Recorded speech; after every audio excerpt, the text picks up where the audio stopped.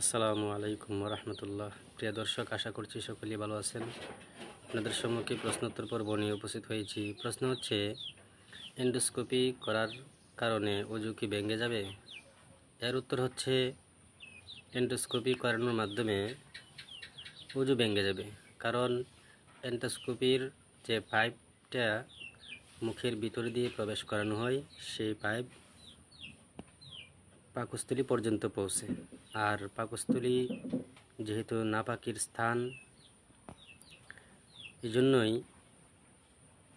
পাইপটা যখন বের করা হয় তখন নাপাকি কিছু না কিছু লেগে থাকেই। এই জন্যই অজু ভেঙে যাবে। এন্ডোস্কোপি করাইলে তো অজু ভেঙে যায়। ফতোয়ার কিতাব বাদাই ও সনাই 1 নম্বর খণ্ডের 35 নম্বর পৃষ্ঠার মধ্যে উল্লেখিত হয়েছে।